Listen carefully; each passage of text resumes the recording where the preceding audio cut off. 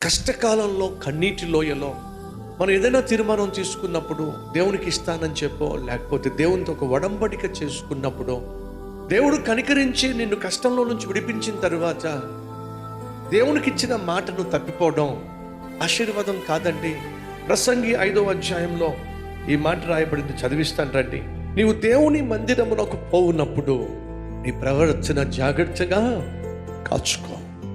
బుద్ధిహీనులు అర్పించినట్లుగా బలి అర్పించుట కంటే సమీపించి ఆలకించుట మేలో.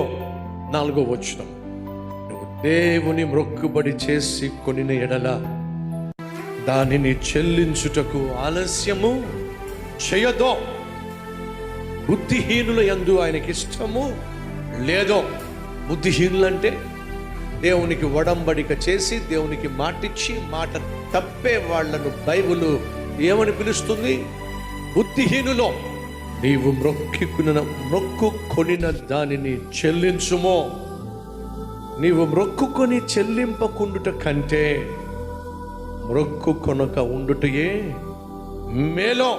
నీ దేహమును శిక్షకు లోపరుచునంత పని నీ నోటి వలన జరగనివ్వద్దు.